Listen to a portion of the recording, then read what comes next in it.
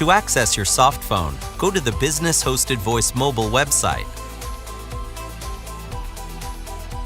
Sign in with your username and password. To dial a call, choose a number from your list of multiple phones. Click Select, and you will be brought to the dialer screen.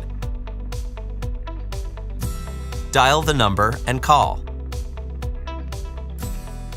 Your microphone and speakers act as if you were placing a normal call from your PC. You have all the same options, similar to the app. To place the call on hold, to mute, and to end the call, and to answer a call, click the Send button. To view the history of the call, click on the top right of the screen. You will be brought to the History screen.